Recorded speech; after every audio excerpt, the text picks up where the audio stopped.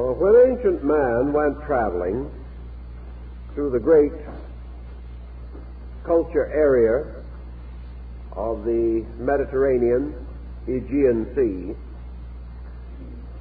he was also a tourist, seeking points of interest.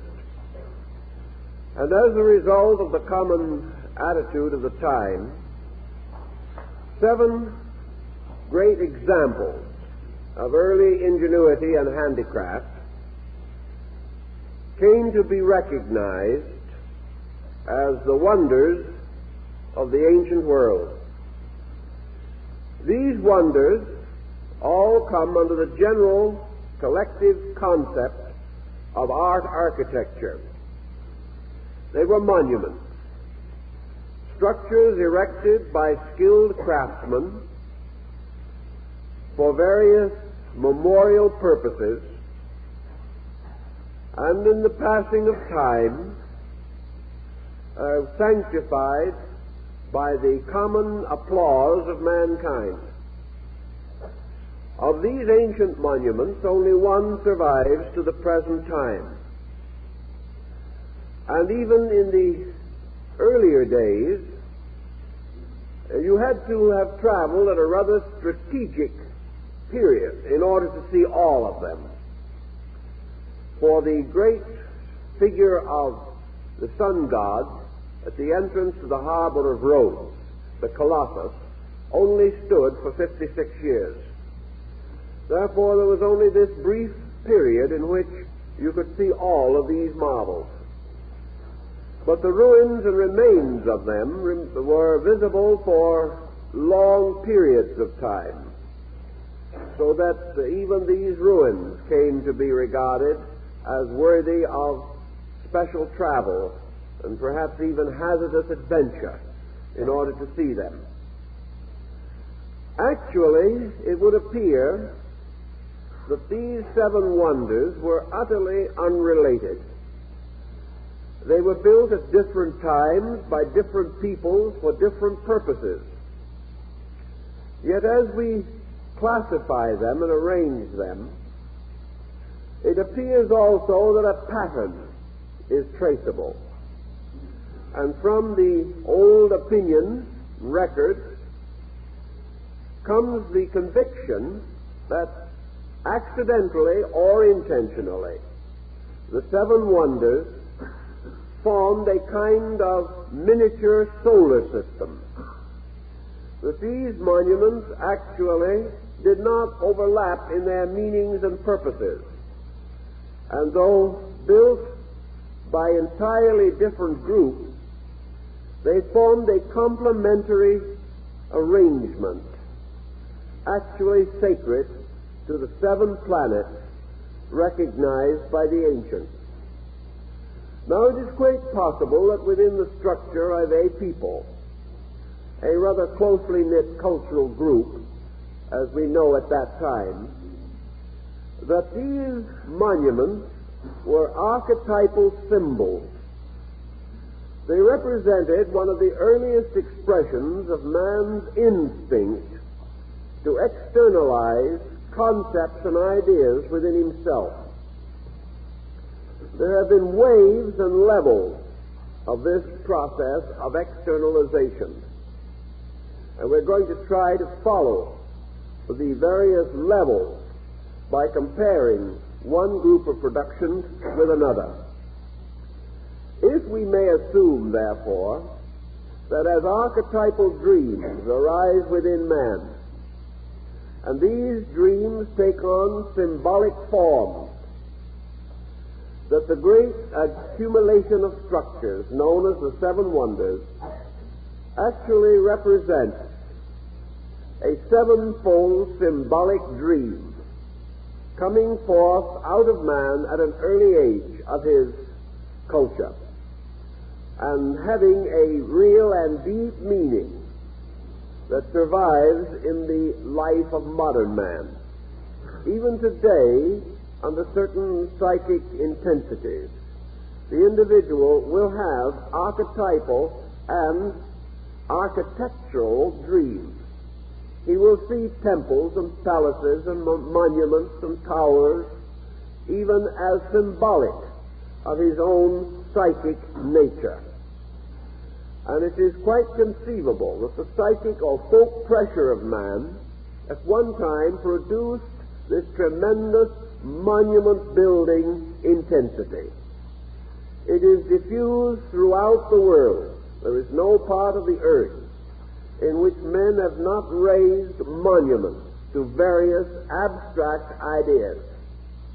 These monuments being actually their own symbolic vestments, which they have given to principles or beliefs or concepts which they regarded as important.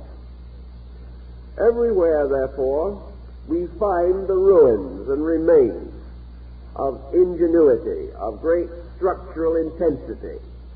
We find them in Egypt, and we also recognize the great monolithic monuments of the Druidic period of Britain and Gaul. We find these monuments in China, in India, Persia, and all other foreign ancient peoples. There are traces of them, in fact, almost more than traces, in our North American culture.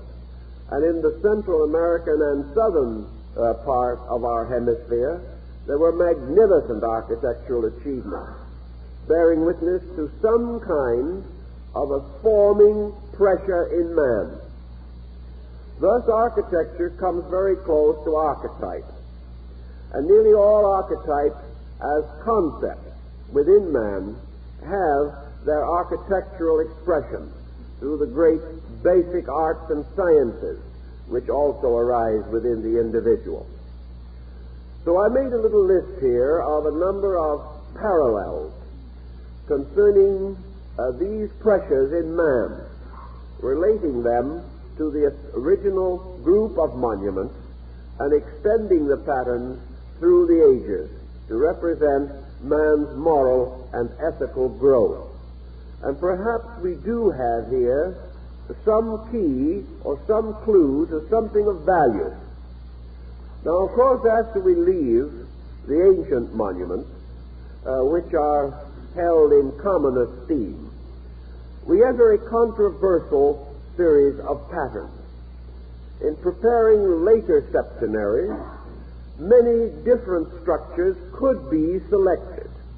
It would not be necessary to select merely the ones which I have more or less chosen. On the other hand, whether we select differently or not, we are selecting from the same fields of human activity. We may choose one building as more significant than another, but the tremendous symbolic pressure behind the concept of monuments remains regardless of the particular choice.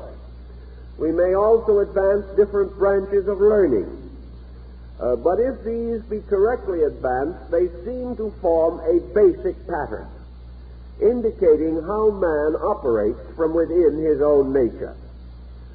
And as the patterns continue on down to the most contemporary activities of man, it seems that they may have some definite value for us. Now, the original group of ancient monuments were unquestionably dedicated to various deities, or to the attributes of deities as represented in the heroic achievements of human beings. The first of the great monuments in its natural concept order would be the Colossus of Rhodes. This is the figure that stood at the entrance to the harbor of the city of Rhodes in ancient times, existing and standing for some 56 years, and afterwards, having fallen, remaining as a fallen wonder for several hundred years. This figure was 106 feet in height, composed of brass overlaid with gold.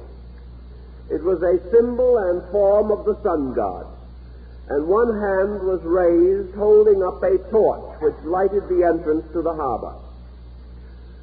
That has been the old story that the feet of the image were placed on each side of the harbor on a pedestal, so that ships entered the harbor between the feet, This, however, is most unlikely.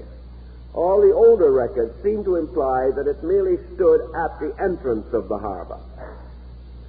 The only likenesses that may be regarded as authentic of many of these marvels will be found upon early coinage. And the coinage of Rhodes at the period of the Colossus show the head of the image surrounded by a nimbus of solar rays. That this deity or this sun god was a monument to the solar deity cannot be doubted. Therefore, we start our series or sequence of images and monuments sacred to the planet. There could be no doubt about the first of these. Later, the great confederation of communities and cities that worship the deity Diana resolved to unite together and form a common center of worship. Ephesus was selected for the site of this great temple, and the several states united to construct the second of the great wonders, namely the temple of Diana at Ephesus. This is regarded as one of the most beautiful monuments ever created on a religious level. It not only represented the adoration of Diana, the goddess of the moon, it represented an early effort at adoration through union, through the coming together of different peoples and the creation of a sanctified ground in which many persons of different political groups could unite in the worship of their deity. This building was destroyed by vandalism, and it is said that it was brought to ruin by a madman who conceived that if he burned this temple, he could never be forgotten by history. His villainy would make him immortal. It has done so, because he has been remembered, but always with a certain bitterness, because he destroyed so noble and beautiful a structure for no valid or important reason. The third monument that we should mention was created by the artist Phidias. After his exile from Athens, he went to Olympia, and here he created his great figure of the Olympian Zeus, the largest and most impressive of the religious figures of ancient Greek worship. This Zeus was a seated figure within a great temple and carried in one hand a scepter and in the other hand a globe surmounted by the figure of Minerva or Athena. The figure was composed of some unknown substance, perhaps metal, perhaps stone, but it was overlaid over the robes with pounded gold, and the face and hands and exposed parts were made of ivory. It was a magnificent achievement in the art world, and by the name of it and by the very circumstances, it is obvious that it was intended to represent Jupiter, one of the great family of planets, one of the great gods. And it is interesting that in these seven wonders, there are no two dedicated to the same deity or to the same concept. Therefore, the evidence that some pattern, organization, or order was beneath the grand conception. How such a pattern could have come into existence might seem strange to us. But in those days, the creation of monuments was restricted to a group. There was a group called the Dionysian Artificers.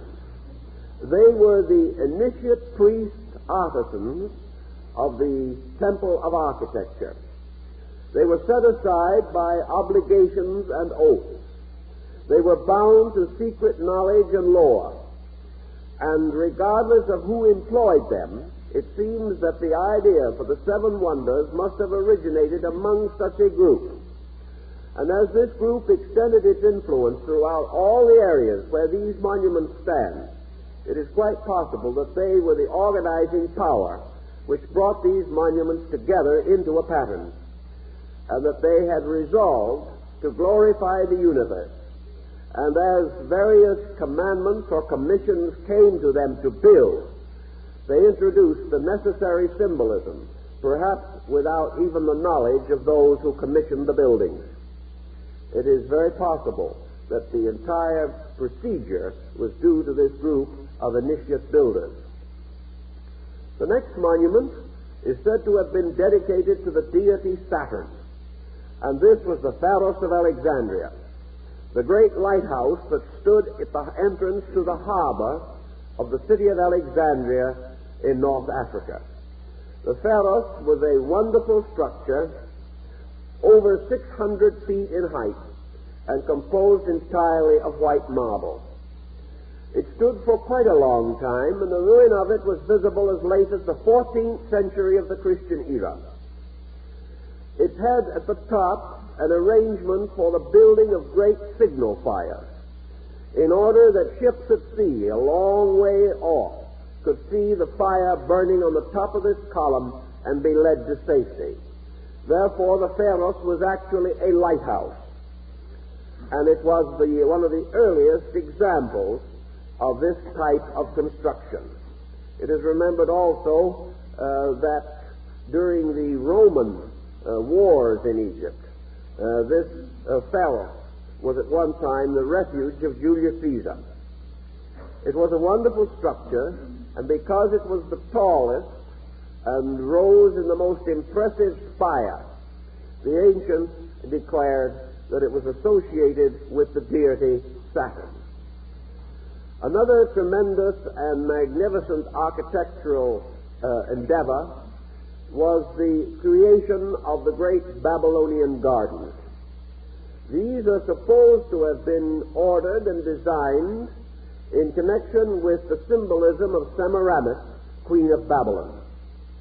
Actually, we know now that this queen was an embodiment or personification, at least in symbolism, of the concept of the planet Venus.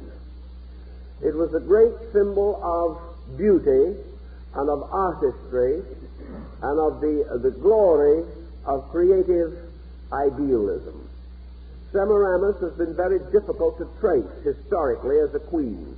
She becomes practically a mythological person, and as a mythological person was an extension of the power of Venus. These gardens consisted of a great pyramidal structure rising in levels or stages, each of the levels magnificently planted with all kinds of rare and glorious flowers and trees and things of that nature. And on the very top level of the pyramid was an enormous reservoir, which was used to collect the water necessary to water the entire garden. It was a beautiful example of man's earliest concept of horticultural and botanical accumulation. It was also involved in science and was important on a scientific level because it brought knowledge of the growth of plants and trees and shrubs from all parts of the world that were gathered there, and also used to increase the medicinal knowledge that men had of the use of plants and things of that nature. The hanging gardens, so-called, of Babylonia are therefore considered among the great wonders of the world. Now we should pause a moment in connection with go back to the Pharos of Alexandria, the great lighthouse, because this is an alternative to one other monument that is said to have been of equal value or significance to the standpoint of planetary rulership. It being held by some writers that instead of the great lighthouse of Alexandria, this concept of the deity Saturn rightfully belongs to Solomon's temple. So this has been considered as an alternative, the great temple complex on Mount Moriah in Jerusalem. The Temple of Solomon was not a great structure in itself, but the enormous platforms upon which it stood, the tremendous architectural skill of the builders in arranging the buildings surrounding the temple and setting forth the entire complex in the pattern of the ancient Jewish religion, caused These endeavors and achievements caused the building to be regarded as an alternative, and in some lists it takes the place of the Pharos of Alexandria. Now, the next structure that comes naturally to us is the magnificent tomb of King Mausolus. This is so-called the mausoleum at Halicarnassus. This word, mausoleum, from the king Mausolus, is now the root of our common term, mausoleum, as a name for a place for the reposing of the remains of honored dead. This great king was a magnificent warrior. He did a great deal to unite and bind together his peoples. He was an astute leader, and his tomb is said to be a monument to the planet Mars, as being the monument to the warrior in the group we have mentioned. This structure was a large cubical structure with extensions and towers, and surmounting the roof of it was also a pyramid, and on the top of this pyramid a magnificent golden statue of King Mausolus.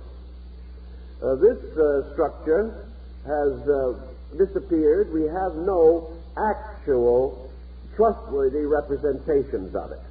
But from the ancient report, a reasonable reconstruction is possible. The next and last of these wonders, then, is that which relates to the planet Mercury.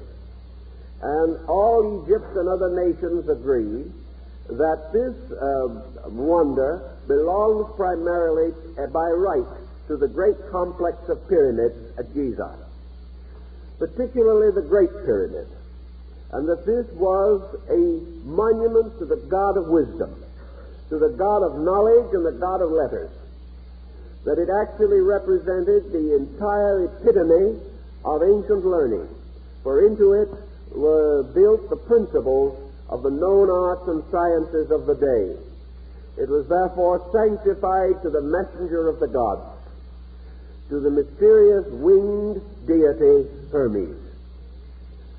If we consider this group, then, we observe that we have a pattern, a very well-defined, organized group of symbols, that they form a kind of cluster. And while, of course, in ancient times there was much travel necessary between them, if we look at them from today, they are only in a comparatively small region, brought together with an amazing amount of ingenuity. Now, there were other great buildings of the old world, but they have never seriously competed with these. These constitute a set apart, and that they should have been so selected in the presence of such other possibilities as the Roman Forum, or the Circus Maximus, or the Colosseum, or the Acropolis at Athens, or other tremendous achievements, that these should not be included, but only the seven wonders, and bound to the very important number 7, seems to indicate that there was an intent and a purpose behind this selection. Now, there's one point in this that I think we should also bear in mind, namely that all of these wonders represent actually architectural or art achievements.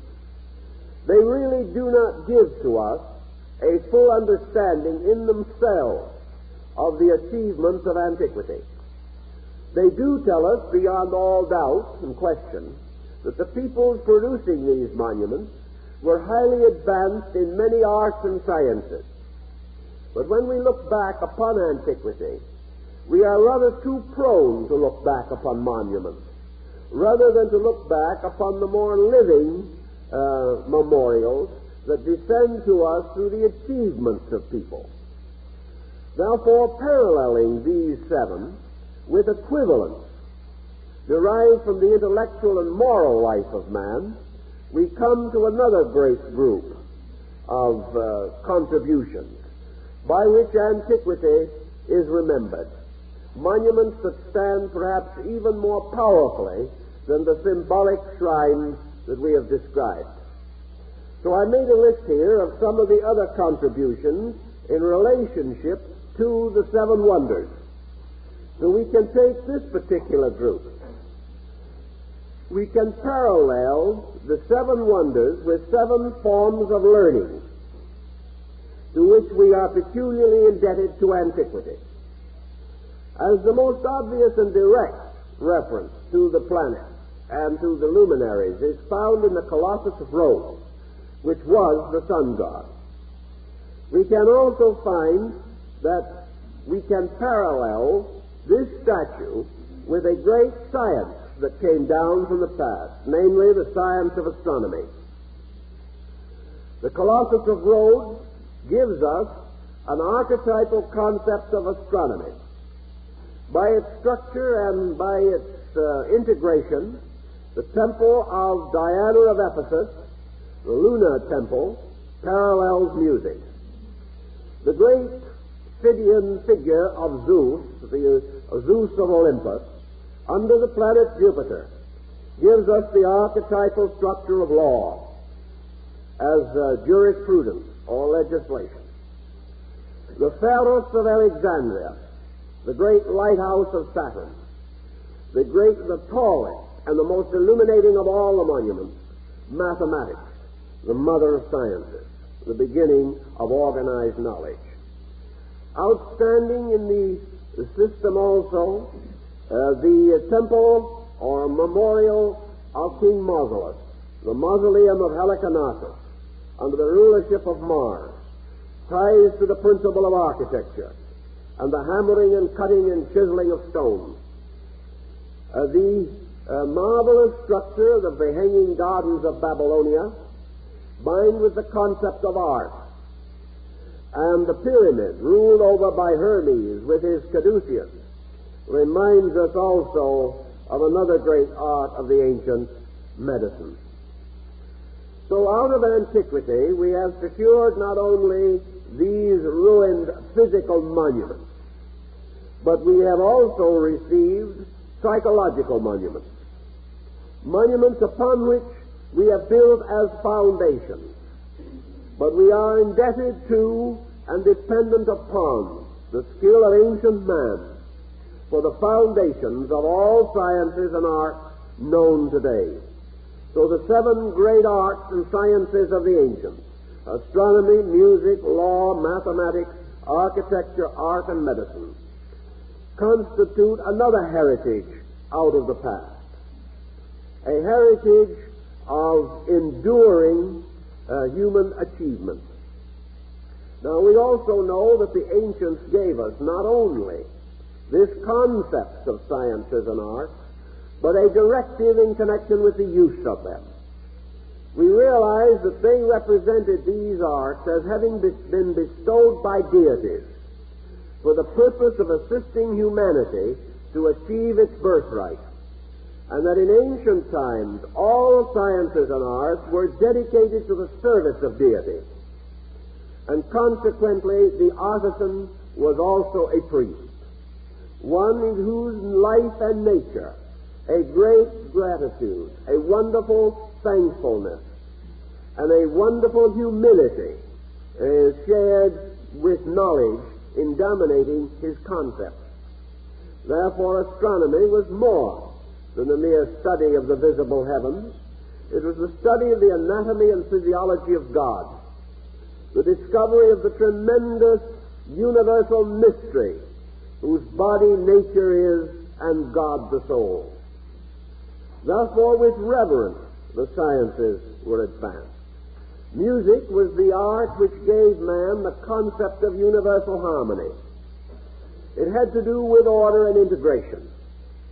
It had to do with vibration, whether the ancient was fully aware of the term or not. He worshipped through music.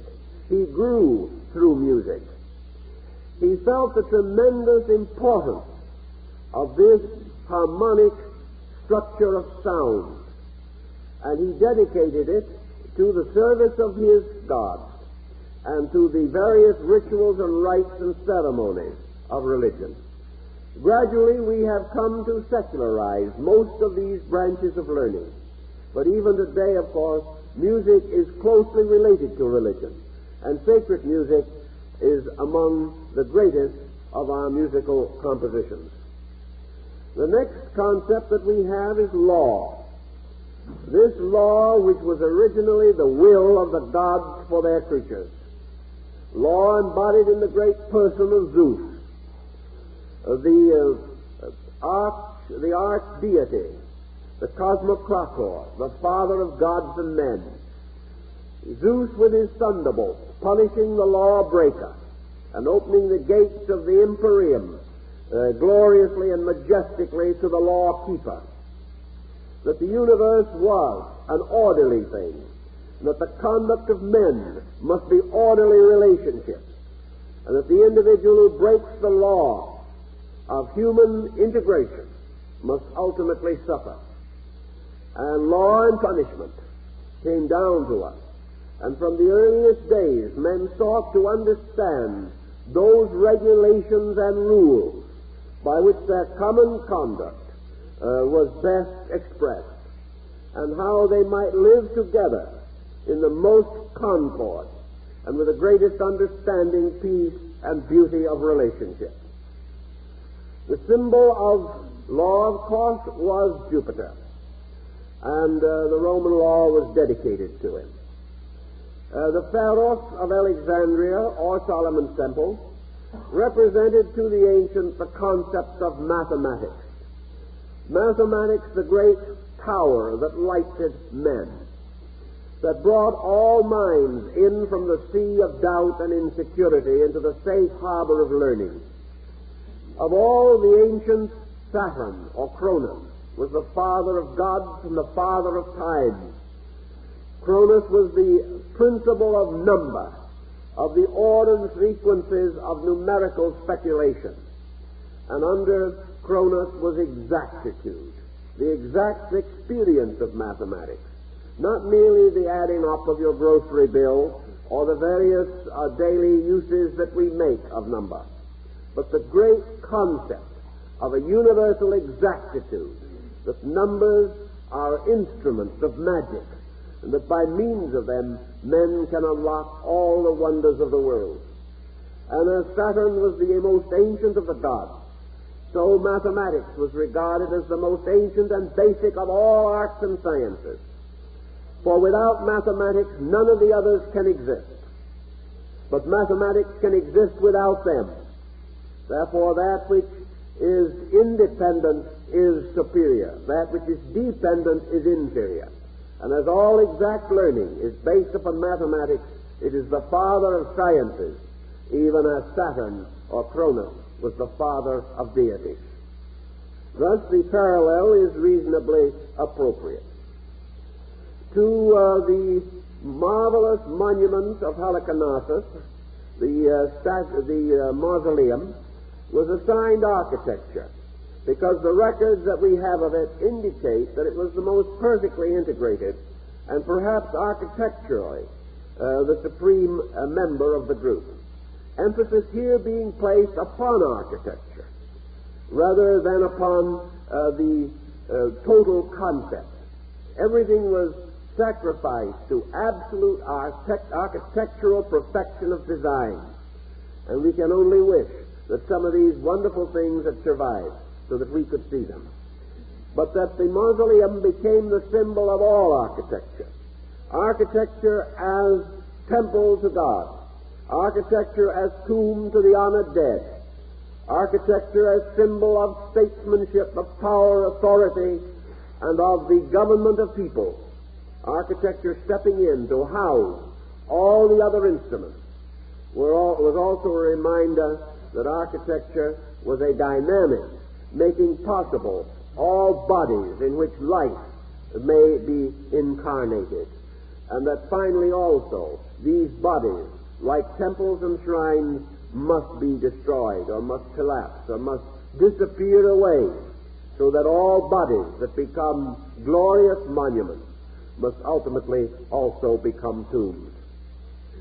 The next of the great arts, represented by the Hanging Gardens of Babylon, were what we would call today the art concept itself. in this case involving sculpturing, painting, the dance, art forms as we know them, poetry, because this great monument to Venus was dedicated to beauty, and supreme among all other arts was the art of living. And all arts are intended for one purpose, namely to make living beautiful, to make it possible for the individual to live not only efficiently and rationally, but with a grace, with a certain overtone of beauty, by which life is enriched and by which all utilities are justified. Labor without idealism is without reward, and very few persons have ever achieved greatly unless there was beauty in them, by which their labors were dedicated to some end greater than the mere gratification of ambition. Where such inner beauty does not exist, ambition leads only to tyranny and despotism. And the last of these, the Great Pyramid, under Mercury, tells us, of course, of the art of medicine, of healing, and of the power of the gods to bring health to the bodies of men. Anciently, medicine was part of religion, and Hermes was the physician of souls. For medicine, not only to the ancients, was a remedy for the body, but the greatest of all medicine was wisdom, which was the medicine for the sickness of the soul. And if the soul was sick, the body could not be well. But if in the case of sickness, the soul could be restored, then there was greater probability that the body would recover. Already in ancient times, man had conceived the psychological relationship between right attitude, right knowledge, right thinking, and the state of the corporeal nature of man. Therefore, that the sound body must be inhabited for the sane mind. And Mercury, as taking away ignorance, took away the great sickness for which learning is the only remedy. Thus, these concepts broaden the foundation of our indebtedness to ancient people and tell us something more of the expanding of our way of life. Now, the thought came to me that it might be interesting to return for a moment to the level of architecture. We are rather proud today of the things we do, or perhaps not only just the things we do, but the things that have been done. We also remember that in the collecting of the original group of 7 wonders, man was comparatively unaware of that part of the world which was far from him, particularly the great structure of Asia. He had no knowledge that there were other worlds and other parts of this world far from his own abode. And in Asia and in other European and even in American architecture and structure, we have likewise wonders that are very important and interesting. So I collected a group, others could change it, but again this group carries through to the original pattern of wonders which we can visit today. A few cases we may have to wait for more auspicious political situations, but the monuments still stand and are available to us, and most of them we can visit. Strangely, we have more or less picked them out ourselves, and nearly every tourist guide, nearly every fragment of literature about foreign countries features these. Features them perhaps as ancient man instinctively selected the old wonders. And in arranging them, we find they make very much of a pattern, because they are not so different from the group that we originally had. We remember the Colossus of Rhodes, standing with torch raised at the entrance of the city of Rhodes. We can hardly miss the analogy to the Statue of Liberty, which also stands with torch raised facing the sea, just as in the case of ancient Rhodes, and is certainly to be included among the wonders of modern architecture. A monument to liberty, as the older one was a monument to life. And to us, liberty and light are very closely involved. The great sanctuary of the ancient world, the one where the peoples came from everywhere to pay tribute and to enrich the shrine of the great lunar deity, mother of mysteries, Diana, goddess of the Ephesians, the mother of light, the marvelous principle in which the ancients recognized the mother who was forever a virgin. And this was the temple of Diana. And it does not take a great deal of imagination to conceive its parallel in the greatest religious monument of the modern world, the Vatican at Rome. Dedicated also very largely to the Mother of Mysteries, dedicated to the World Virgin, and of course adorned and decorated as was the Temple of Diana with the wealth and treasures of countless peoples. The tremendous architectural achievement of the Vatican is undeniable, and the magnificent accumulation of treasure there is almost the same as we hear in the description of the great temple of Diana at Ephesus.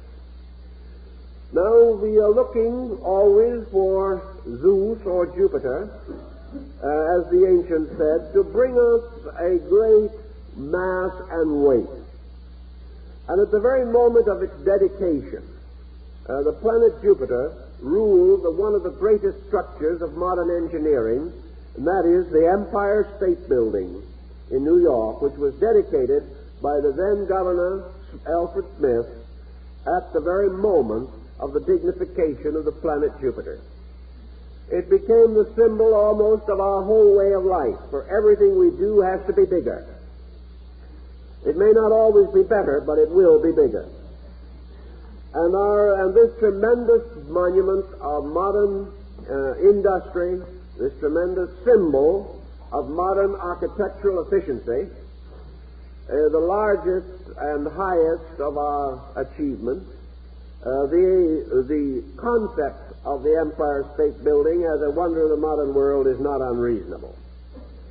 Then we think of the great temple of Saturn, the Pharos or lighthouse of Alexandria, and we remember the consternation caused in the last century by the tower that no one believed could be created, and which once created no one believed anyone would ever understand, and that is the Eiffel Tower in Paris.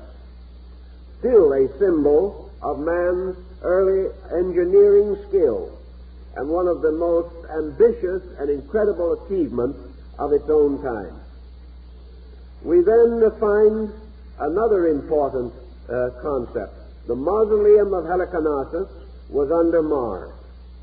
What is the great mausoleum or the great architectural monument today that parallels it?